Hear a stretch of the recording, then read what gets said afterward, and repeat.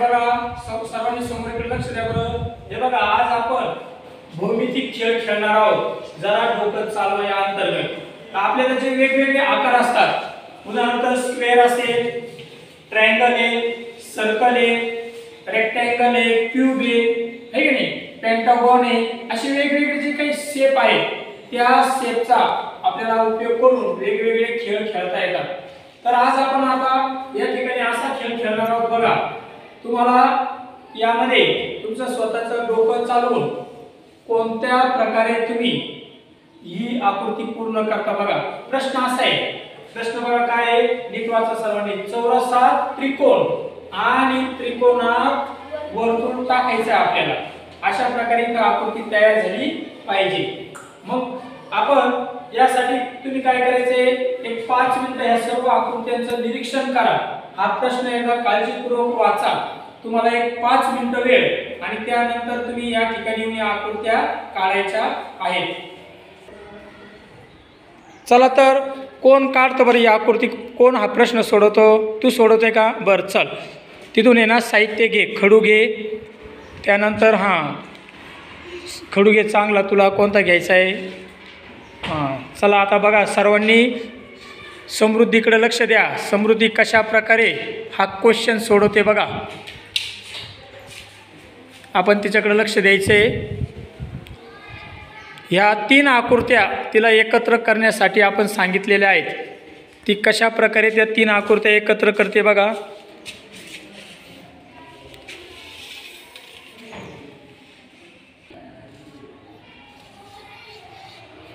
काढ बरं चांगल्या प्रकारे, रेष अशी ठळक ओढायची, खडू थोडासा दाबायचा आणि ठळक रेष करायची। अशी काढ ठळक रेष।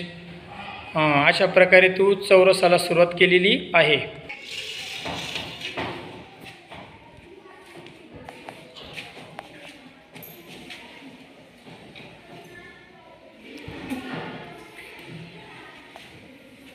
प्रत्येकाच्या बुद्धिमत्तेनुसार आहे की नाही वेगवेगळ्या प्रकारच्या आकृत्या येऊ शकतात। आता समृद्धी कशा प्रकारे आकृती काढते ते आपण बघतोय बघा। आता ती त्रिकोणाची आकृती काढत आहे, तिची आकृती पूर्ण होते बघा। आता ती त्रिकोण काढते।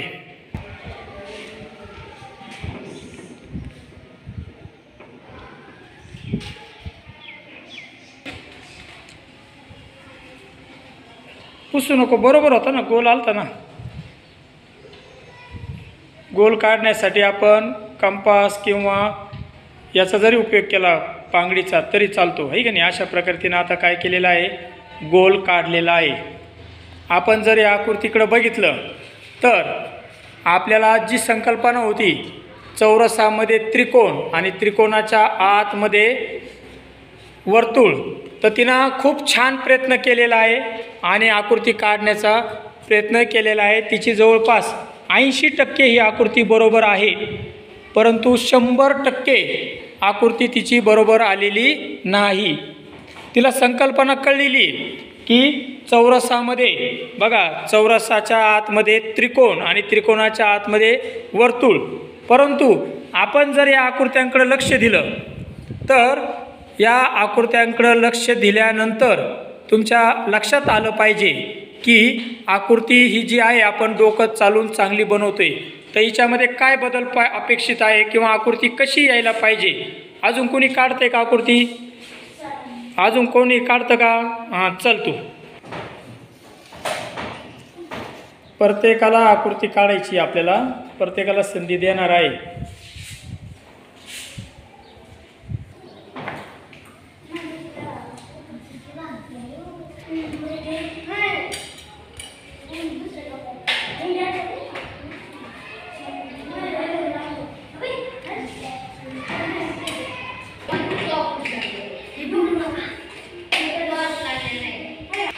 वर्तुळ चांगलं गोल कर बरं, असं चांगल्या प्रकारे चांगल्या रीतीनं वर्तुळ काढण्याचा तो प्रयत्न केलेला आहे बघा।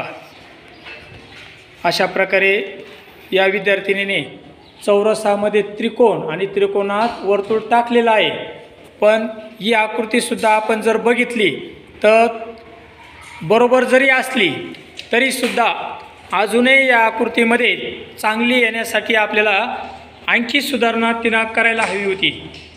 तर आणखी कोणी एक आकृती काढतं का? बघा बरं, वेगळी आकृती, यापेक्षा वेगळी आकृती कोणाची येते का? इकडं बघा, प्रांजलनी या पद्धतीनं चौरस आणि चौरसामध्ये त्रिकोण आणि वर्तुळ काढलेला आहे. परंतु ही सुद्धा आकृती आणखी चांगली आली पाहिजे. तिनं काढलेली आकृती बरोबर आहे, परंतु आपण जर आकृतीचं निरीक्षण केलं तर या आकृतीमध्ये अजून बदल करता येईल आणि एक सुंदर आणि आकर्षक अशी आकृती आपल्याला काढायची. अजून कोण बदल करतं का? कोण नवीन आकृती काढतं बरं? तुला काढायची का? आणि चल या समोर बघा, आता वेगवेगळ्या आकृत्या काढलेल्या आहेत. यानंतर आणखी कोण प्रयत्न करतं? कौसे, चल समीक्षा, चल.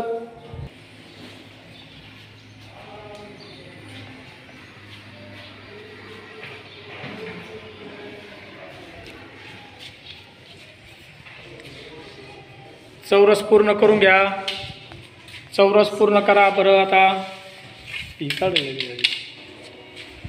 चौरस काढताना बघा,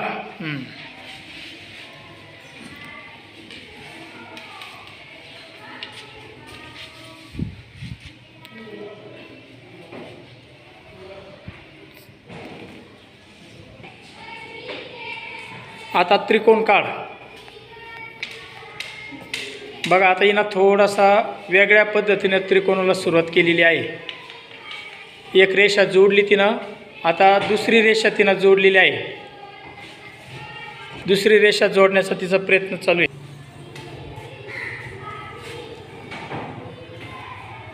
बघा, ह्या मुलीनं आता काय केलं आहे, चौरसामध्ये त्रिकोण टाकताना दोनच रेषा जोडल्या आणि त्रिकोण तयार केला. म्हणजे हिनं काय केलं, डोकं वापरलं आणि त्रिकोण तयार करताना तिसऱ्या रेषेचा उपयोग न करता दोन रेषा टाकूनच त्रिकोण तयार केलेला आहे. आता यामध्ये ती सर्कल टाकते बघा. स्क्वेअरच्या आतमध्ये ट्रायंगल आणि ट्रायंगलच्या आतमध्ये सर्कल टाकले बघा.